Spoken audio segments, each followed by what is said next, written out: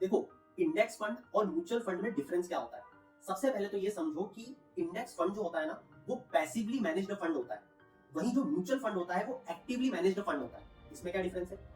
Index fund, जैसा कि मैंने कहा, वो पैसिवली मैनेज्ड फंड है। मतलब कि इस इंडेक्स फंड में जो फंड मैनेजर बैठा है बीच में, जो लोगों का पैसा निवेश कर रहा है, वो फंड मैनेजर अपना दिमाग नहीं लगाएगा। मतलब कि लोगों से पैसा लेगा, किसी भी इंडेक्स को पकड़ेगा, उसे टारगेट करेगा और उसे मिमिक कर देगा।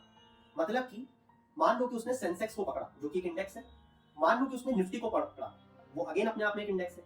तो किसी भी इंडेक्स को पकड़ेगा और उसकी टॉप मोस्ट कंपनियों में वो लोगों का पैसा निवेश कर देगा, अकॉर्डिंग टू द प्रपोर्शन, जिस प्रपोर्शन में उस इंडेक्स में कंपनीज लिस्टेड है। क्लियर?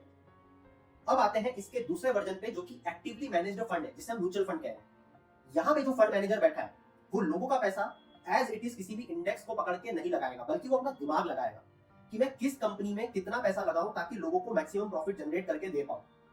तो आपने एक चीज नोटिस करी कि एक्टिवली जो आपका फंड मैनेज हो रहा है, जिसे आप म्यूचुअल फंड कह रहे हो, उसमें फंड मैनेजर अपना दिमाग लगा रहा है, इसलिए वो आपसे ज्यादा पैसे चार्ज करता है। इसीलिए जो एक्सपेंस रेशियो है वो आपका एक्टिवली मैनेज फंड में ज्यादा होता है, पैसिवली मैनेज फंड में कम होता है। और इसी के साथ अगर हम रिस्क की बात करें, तो जो एक्टिवली मैनेज्ड फंड है उसमें रिस्क ज्यादा भी हो सकती है और कम भी हो सकती है, डिपेंडेड अपॉन कि आपका जो फंड मैनेजर है वो कितना बुद्धिजीवी है। इसीलिए बुद्धियास एकेडमी को फॉलो करते रहा करो।